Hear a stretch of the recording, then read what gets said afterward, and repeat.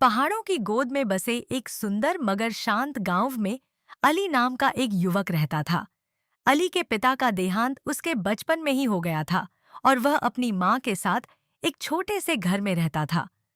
हालात ज्यादा अच्छे नहीं थे, लेकिन अली मेहनती और नरम दिल इंसान था।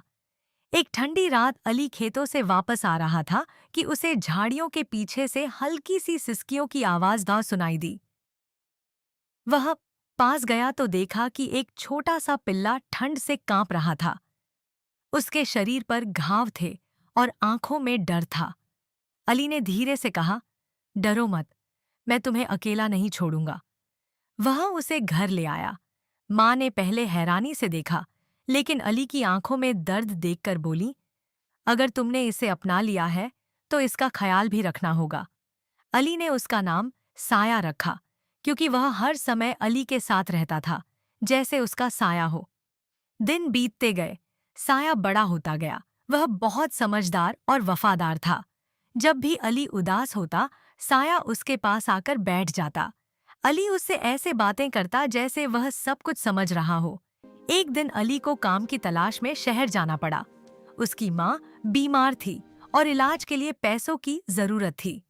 जाते समय अली ने साया के सिर पर हाथ फेरते हुए कहा, मैं जल्द वापस आऊंगा, मेरा इंतजार करना। साया उसे दरवाजे तक छोड़ने आया। उसकी आंखों में उदासी थी। शहर में अली को कड़ी मेहनत करनी पड़ी। कई महीने गुजर गए। उधर गांव में साया हर रोज उसी रास्ते पर जाकर बैठ जाता जहां से अली गया था।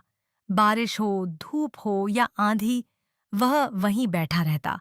गांव वाले कहते, कुत्तों में इतनी वफादारी शायद ही किसी में हो। एक रात गांव में चोर घुस आए। अली की माँ घर में अकेली थी। साया ने जोर जोर से भौंकना शुरू कर दिया। वह चोरों पर झपटा और इतना शोर मचाया कि पूरा गांव जाग गया। चोर भाग गए, लेकिन साया घायल हो गया। जब अली को यह खबर मिली तो वह तुरंत वापस आया। उसने देखा कि साया कमजोर हालत में लेटा है। अली की आंखों से आंसू बहने लगे। अली ने रोते हुए कहा, मैं तुम्हें अकेला छोड़कर चला गया, लेकिन तुमने मेरा घर बचा लिया। साया ने हल्की सी पूंछ हिलाई, जैसे कह रहा हो, मैं हमेशा तुम्हारे साथ हूं। इलाज के बाद साया ठीक हो गया। अली ने फैसला किया कि वह अब शहर नहीं जाएगा। वह अपनी माँ और अपने वफादार दोस्त के साथ गांव में ही मेहनत करेगा। समय बीतता गया, लेकिन अली और साया की दोस्ती गांव में मिसाल बन गई। सीख, सच्चा प्यार और वफादारी शब्दों के मोहताज नहीं होते। जो दिल से साथ दे, वही असली साथी होता है।